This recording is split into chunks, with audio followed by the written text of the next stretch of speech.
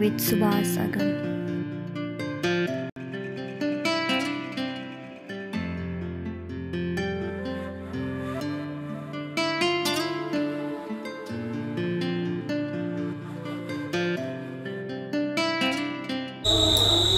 नमस्कार सम्माननीय दर्शकवृन्द, the secrets of लाइफको यो अर्को विशेष अङ्कमा तपाईलाई स्वागत गर्न चाहन्छु।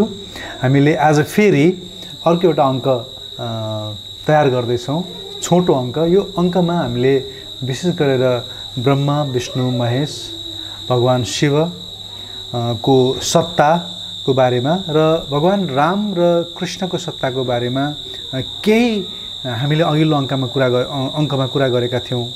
त्यो कुरालाई अझै प्रस्ट्याउनको लागि फेरि एउटा सानो बसाइ बस्दैछौँ। यो बसाइमा हामी विशेष गरेर कसैले कुनै पुराणले शिवलाई ठुलो, कसैले चाहिँ विष्णुलाई ठुलो, कसैले देवीलाई ठुलो र सामान्यतया वैष्णवहरूले भगवान कृष्ण र रामलाई चाहिँ परम देवता त मान्नुभएकै छ, परमात्मा नै मान्नुभएको छ। तर शिवको सत्ता, देवीको सत्ताको बारेमा थोरै दुविधा छ। यो विषयमा प्रस्ट्याउनको लागि आदरणीय समादरणीय स्वामी चक्रपाणी आचार्यजी हामीसँग हुनुहुन्छ। आउनुहोस् आचार्यजी, स्वागत छ कार्यक्रममा। यो छोटो बसाइमा आज चाहिँ विशेष एउटा टपिक लिएर हामी संवाद गर्छौँ। अघिल्लो अङ्कमा हामीले थोरै यसबारेमा चर्चा गऱ्यौँ, अझै थोरै यसमा इलाबोरेट गर्न मन लाग्यो मलाई। हजुरले बुझ्नु भइरहेछ नि मैले बुझ्न खोजिरहेको कुरा। म आफै दुविधामा छु, किनभने बाहिर धेरै कुराहरू सुनिन्छ, शिव ठुलो, राम ठुलो, कृष्ण ठुलो, देवी ठुलो, शक्ति बिना शिव सब हो भन्नेका कुराहरू आइरहेका हुन्छ। त्यसले गर्दा यो दुविधालाई थोरै सफा गरिदिनुहोस्। अब कस्तो छ भन्दा सबैका आफ्ना इष्ट देवता छन्, आफ्ना आराधक छन्। शक्तिको उपासकले शक्ति नै ठुलो भन्छ, अनि विष्णुको उपासकले विष्णु नै ठुलो भन्छ, रामको उपासकले राम नै ठुलो भन्छ। यद्यपि रामको, कृष्णको, विष्णुको भेद छैन। विष्णु नै राम हो, विष्णु नै कृष्ण हो। उपासकहरूले त राम ठुलो, कृष्ण ठुलो, विष्णु ठुलो पनि भन्न भ्याउँछन्, होइन? कृष्ण चाहिँ ठुलो हो विष्णु भन्दा, होइन? राम ठुलो हो कृष्ण भन्दा। तर शास्त्रले के भन्छ भन्दा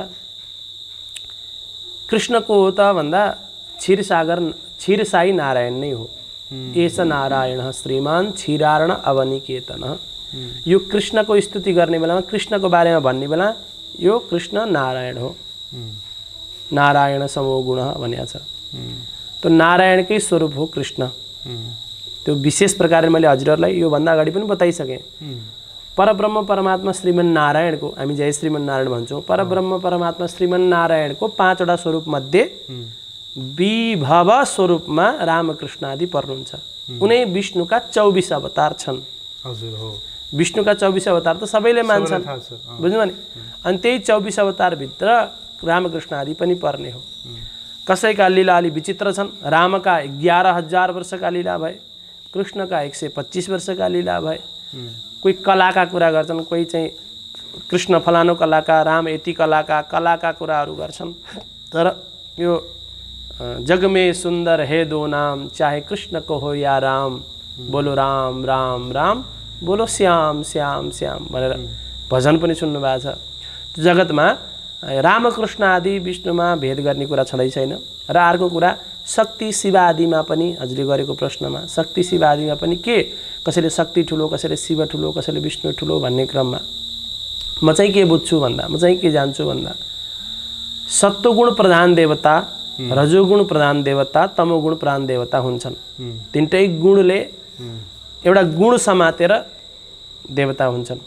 सात्विक गुणका प्रतीक विष्णुजी, राजोगुणका प्रतीक तपाईको ब्रह्माजी, तमोगुणका प्रतीक शिवजी भनेर चाहिँ बताइएको धेरै ठाउँमा छ। अनि तमोगुणको पनि देवता ठुलै हुन्छन्, ठुलो हुन्नन् भन्ने छैन नि त। तमोगुणका देवता पनि त ठुलो हुन सक्छन् नि त। तर न्याय गरेर लिएर जानु पर्दा समुद्रमा बसेको व्यक्ति पनि तिर्खाले छटपटाउँछ अरे के कहिले कहिले।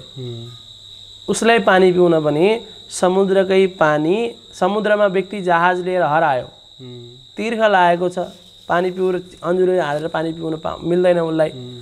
त्यो पानीलाई पनि बाष्पीकृत गरेर अथवा उमालेर त्यही नुनिलो पानीलाई उमालेर माथिबाट आएको बाफ चुहिएर बाहिर निस्कियो भने चाहिँ त्यो चाहिँ नुनिलो हुँदैन के। त्यो नुनिलो पानीलाई पनि पिउने पानी बनाउनु, पानी त पानी नै हो नि त, नुनिलो छ हैन। त्यसरी नै तामसिक देवताहरूलाई पनि सात्विक देवताको आश्रय चाहिन्छ, आश्रय चाहिन्छ। त्यो सत्वगुणका प्रतीक भगवान नारायण विष्णु हुनुहुन्छ, हामी मान्छौँ हैन। शिवजीका आराधकहरू, अब यो ब्रह्मा विष्णु महेशको विषयमा चाहिँ ठुलो तर्क छ, ठुलो द्वन्द्व छ हैन। अब शैव सम्प्रदायभित्र अवस्थित भएकाहरूले आफ्नो तर्क दिएर शिवलाई प्रतिपादन गर्नुहुन्छ। वैष्णव सिद्धान्तभित्र भएका व्यक्तिहरूले विष्णुलाई आफ्नो विषयलाई अगाडि बढाएर प्रतिपादन गर्नुहुन्छ है। त्यस कारणले गर्दाखेरि चाहिँ यो आफ्नो आराधकलाई आफ्नो तरिकाले चाहिँ मान्ने विषय हो है। धेरै भित्र गइसकेपछि, किन भन्दा हामी त अहिले यसरी सामाजिक सञ्जालमा जोडिएर अनि यो एक प्रकारले सबैले देख्ने, सबैले सुन्ने भएका कारणले गर्दाखेरि कसैलाई निचो उचो भन्ने कुरा भन्दा पनि सबैका आफ्ना इष्ट देवता छन्। कसैले शिवलाई मान्ने भए, कसैले विष्णुलाई मान्ने भए हैन। त्यही अनुसारले हुन्छ। त्यो ब्रह्मा विष्णु महेशको विषयमा एउटा गहिरो विषय पनि हो। हजुरले सोधेको प्रश्न चाहिँ बडा ओजस्वी प्रश्न छ कि, यो चाहिँ एकदम उस प्रश्न छ। तर पुराणहरूमा एउटा विभेद के आइदिन्छ त भन्दा विष्णु पुराण पल्टायो विष्णु ठुलो, शिव पुराण पल्टायो शिवजी ठुलो, देवी भागवत पल्टायो देवी ठुलो, फेरि लेखक एउटै महर्षि वेदव्यास।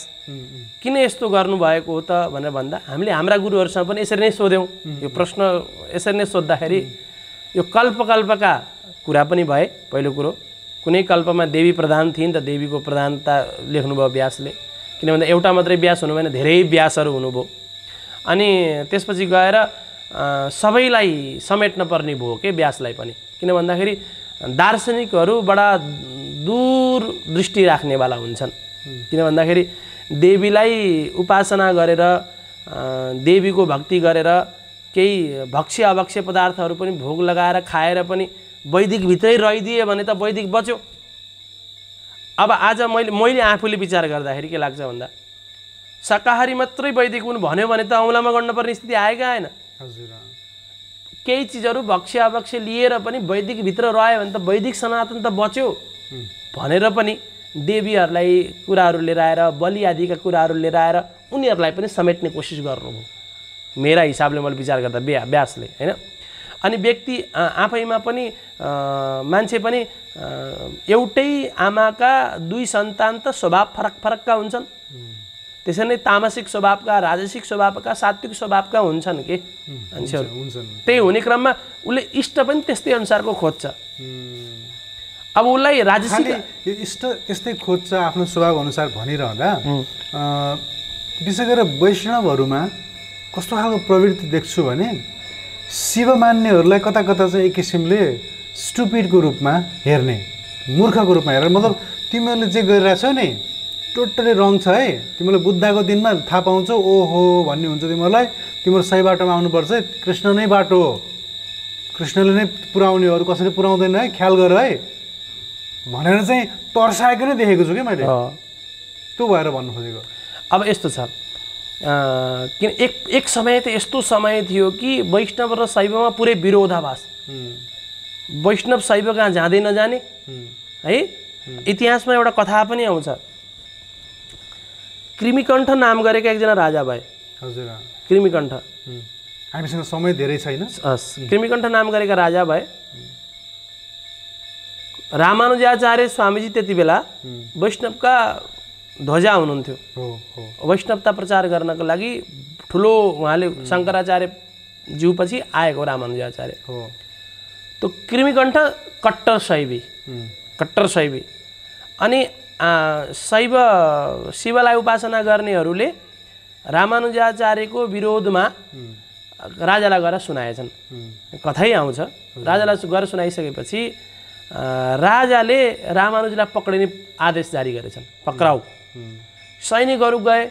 सैनिकहरू गइसकेपछि कुरेश नाम गरेका शिष्य हुनुहुन्थ्यो रामानुजाचार्य स्वामीजीका।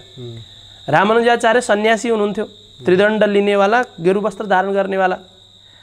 कुरेशले थाहा पाउनु भएछ कि राजाले सैनिक लगाएर रामानुजलाई पक्राउ गर्न पठाएका छन्। त्यो कुरेश स्वामीजीले के गर्नुभएछ, स्वामीजी यसरी हजुरलाई पक्राउ जारी गरिएको छ, अब हजुरलाई कृमिकण्ठ राजाले छोड्दैनन्, हजुर यहाँबाट भाग्न पर्यो। त्यो सन्यासी वस्त्र धारण गरेको, त्रिदण्ड धारण गरेको सन्यासीले एकचोटि रामदेवले साडी लगाएर बाहिर निस्किया थिए नि रामलीला मैदानमा, त्यही ताल भयो रामानुजाचार्य स्वामीजीको। कुरेशको कपडा लगाएर, कोट प्यान्ट आदि जस्तो लगाएर घोडामा बसेर राजा सैनिक जस्तो भएर भाग्न पर्यो रामानुजाचार्यलाई। त्रिदण्ड र सन्यासी गेरु वस्त्र कुरेश स्वामीजीले लगाउनु भयो। अनि सैनिकहरू आएर रामानुज तै हो भन्दा मै हो भनेर भन्नुभयो। लिएर गए आफ्नो गुरुलाई बचाउनको लागि।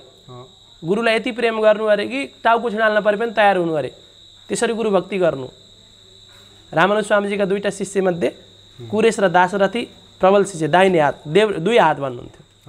त्यो कुरेश स्वामीजीलाई लिएर गएपछि चोल राजाले ती पण्डितजीहरूलाई सोधे, यिनै हुन्? होइन, यो त कुरेश हो। रामानुजाचार्य होइन।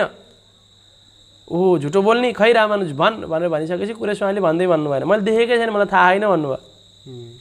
अनि कुरेश राजाले झिर तताएर त्यो कृमिकण्ठ राजाले झिर तताएर कुरेश स्वामीजीका आँखामा कोपिदियो। आँखा दुइटै फुटे, अन्धो हुनुभयो। मैलकोटा नाम गरेको क्षेत्रमा आएर रामानुजाचार्य स्वामीजी बस्नुभयो। यो किन प्रसङ्ग उठाएको त भन्दा एकताका त्यस्तो कट्टरता थियो, शैव र वैष्णवमा त्यत्रो द्वन्द्वै थियो, त्यत्रो द्वन्द्वै चल्थ्यो पहिला त्यस्तो। तर अहिलेको अवस्थामा छैन। सबैले आफ्ना इष्ट देवता मान्नुहुन्छ।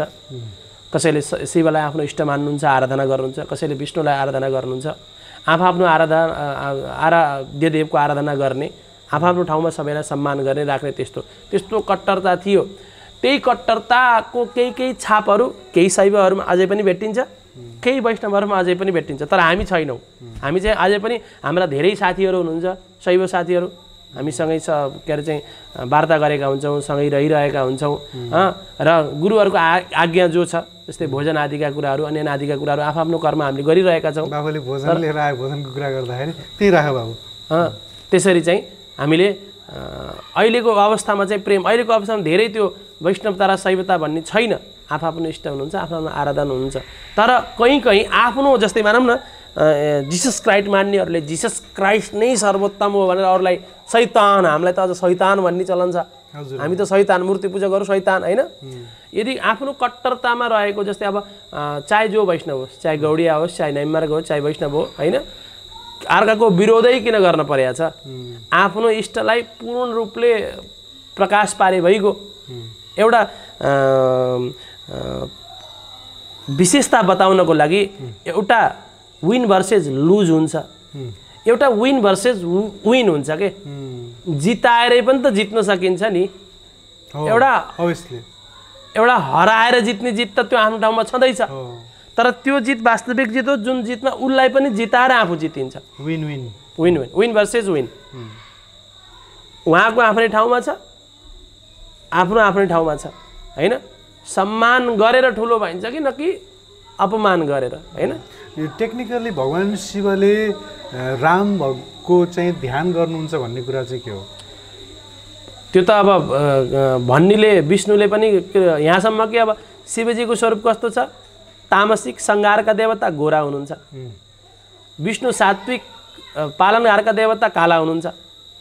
यी त अभिन्न छन्। शिवजीले विष्णुको ध्यान गर्दा गर्दा गर्दा गर्दा गर्दा गोरा हुनुभयो, विष्णुले शिवजीको ध्यान गर्दा गर्दा गर्दा कालो हुनुभयो पनि भन्छन्, होइन। तो रामले, कृष्णको जन्म हुँदा पनि, रामको जन्म हुँदाखेरि पनि भगवान शिवले चाहिँ विभिन्न भेष धारण गरेर दर्शन गर्न आएको भन्ने आएका कथाहरू पनि आउँछन्, होइन। शिवजीले रामलाई, कृष्णको के अरे भन्छ अरे तपाईँको रासमा भगवान शिव चाहिँ के अरे गोपी बनेर, गोपेश्वर बनेर, गोपेश्वर महादेव बनेर आउँछ। हो, तिनै प्रसङ्गले देख्दाखेरि जुन कृष्णको लीलामा शङ्कर पनि स्वयं गोपेश्वर बनेर आउनु भएको छ, आफै विचार गरौँ न, कृष्ण ठुलो कि शिव ठुलो भन्ने प्रसङ्गहरू पनि आउँछन्। मैले भनिहालेँ हजुरलाई, योभन्दा अगाडि पनि भनिसकेँ। गुणका आधारले देवताको विभाजन गरिन्छ। सत्वगुण, रजोगुण, तमोगुण भनेर गुणका आधारले विभाजन गरिन्छ। गुणका आधारले विभाजन गर्दाखेरि सेतो, रातो र कालो वस्त्रलाई लिइहाल्नुहोस्। सेतो सही कि रातो सही कि कालो सही कि भनेर तपाईँलाई सोधेँ भने आफ्नो ठाउँमा सबै सही भनेर तपाईँले भन्नुहुन्छ। अब यही तीनटामा कुन उचित हो भनेर अझै पनि तपाईँले विचार गर्नुभयो भने त्यसको गुण विचार गर्नुहुन्छ, त्यसको भित्र भएको मूल्य मान्यता विचार गर्नुहुन्छ। गर्दै गर्दै गर्दै घटाउँदै घटाउँदै जाने क्रममा सेतोलाई रातो बनाउनु मिल्ने, रातोलाई कालो बनाउनु मिल्ने, कालोलाई सेतो बनाउनु नमिल्ने, रातोलाई के अरे चाहिँ क्वालिटीको हिसाबले त यो वस्त्र रातो चाहिएको खण्डमा सुनेको थिएँ कि वैष्णव चाहिँ अघोर बन्न सक्छ तर अघोर चाहिँ वैष्णव बन्न सक्दैन। त्यस्तो पनि होइन, वैष्णव भइसकेपछि अघोर बन्दैन।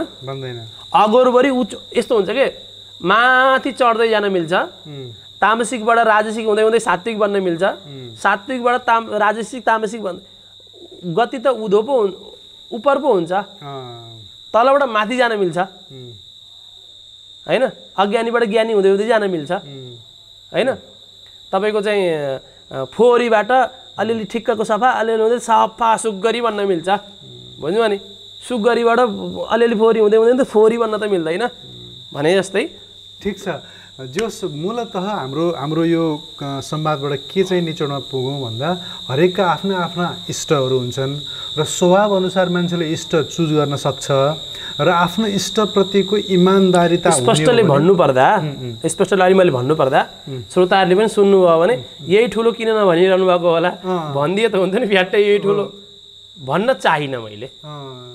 आफ्नो आफ्नो ठाउँमा छन्। मेरा लागि म वैष्णव हो, मेरा लागि विष्णु भगवान् ठुलो हुनुहुन्छ। हजुर, जसले शिवलाई आराध्य मानेर आराधना गरिरहनु भएको छ, शिवलाई नै सर्वस्व मानिरहनु भएको छ, उहाँका लागि शिवै ठुलो हुनुहुन्छ हैन। उहाँले शिव मान्नेले म सहीमा छु कि गलतमा छु कि भनेर उहाँलाई प्रश्न जाग्यो भने मैले आफ्नो तरिकाले उत्तर दिन्छु। मैले यस्तो प्रश्न जागेर मैले उहाँलाई सोधेँ भने उहाँले आफ्नो तरिकाले उत्तर दिनुहुन्छ। जबसम्म आफ्नो हृदयमा प्रश्नवाचक रहिरहन्छ नि, जस्तै ममा प्रश्नवाचक छैन के, धर्म अर्थ काम मोक्ष भन्छ, चारवटा पुरुषार्थ हुन्छ। फेरि एक हजुर हजुर अब 1% ब्याट्री छ अरे। 4 पुरुषार्थ हुन्छन् हैन। 4 पुरुषार्थमा धर्म पनि कमाउनु भयो, अर्थ पनि कमाउनु भयो, सबै कुरा कमाउनु भयो, तर तपाईँ मुक्तिको बाटोमा हिँड्नु भएको छैन भने तपाईँको पूर्ण क्वालिटीयुक्त लाइफ होइन के भनेको। क्वालिटीको लाइफ भनेको परिवार पनि छन्, पैसा पनि छ, सब कुरा छ, तर माको नास्तिक छ यार भन्दा पूर्ण पर्फेक्ट भइएन नि यार। सबैमा भ्याएको छ त्यो मान्छेले यार, सबै कुरो के सबै कुरा, धर्म पनि समय दिन सकेको छ, परिवारलाई पनि, यस्तो लाइफ चाहिँ लाइफ हो के भने जस्तै, बुझ्नु नि। तपाईँले मानेको इष्ट देवतामा तपाईँलाई गुन्जाइस छ कि छैन? मलाई चाहिँ छैन। म विष्णुको हुनुमा मलाई कुनै गुन्जाइस छैन हैन। त्यस कारणले गर्दा म मेरो बेस्ट मान्दछु। आराधना गर्नेवालाले चाहिँ बस मैले यो इष्ट देवतालाई मानेको छु, कमी खोज्दै जाओस्, गुणहरू खोज्दै जाओस्, गुणहरू खोज्दै खोज्दै खोज्दै जाओस्। हुन्छ त यो सानो संवादमा आज हामीले 2वटा संवाद वास्तवमा गरेका हौँ र 2वटा संवाद मध्येको पछिल्लो संवाद समयको कारणले गर्दाखेरि पनि सानो गऱ्यौँ। यो संवादले पक्का पनि केही कन्फ्युजन्सहरू चिर्नको लागि सहायता गर्नेछ भन्ने आशा छ। हजुरको यो लामो समय आज हामीलाई दिनुभयो, त्यसको लागि म आभारी छु गुरु। हजुरलाई पनि धन्यवाद। तपाईँले धेरै विषयहरू लिएर आउनुहुन्छ, समग्र सुनेका विषयहरू हजुरलाई पठाइदिन्छन्, तिनीहरू लिएर आउनुहुन्छ। भएको समयमा हामीले पनि यसो जानेको वस्तुहरू, किन भन्दा सबै ज्ञानी पूर्ण रूपले छैनन्, यस्तो प्रश्न आयो भने यो विषयमा के होला भनेर हजुरले मलाई सोध्नुभयो। बाधे बाधे जायते तत्त्वबोध मसँग सोध्नुहुन्छ, अर्कोसँग सोध्नुहुन्छ। यिनै विषयहरू सोध्दै सोध्दै जाँदा श्रोताले उसको सुन्छ, उसको सुन्छ, उसको सुन्छ, ज्ञानी बन्दै जान्छ। तिनै ज्ञानको मन्थन गरेर एउटा चिज भेट्टाउँछ। एकदम अवश्य पनि। थ्याङ्क यू भेरी मच गुरुजी। हजुरको आशीर्वाद रहिरहोस् हाम्रो कार्यक्रममा। यो कार्यक्रम विवाद भन्दा पनि हामीले संवाद हो र यो सत्सङ्ग हो। हामी सत्यको कालक्षेप बिल्कुल समयलाई व्यतीत गर्दैछ एकदम राम्रो तरिकाले, आध्यात्मिक तरिकाले। हुन्छ त यो समयमा हामीलाई क्यामेरामा साथ दिने विशाल भाइलाई धन्यवाद दिँदै कार्यक्रमबाट बिदा हुन्छु। नमस्कार। The Secrets of Life with Subhas Agam।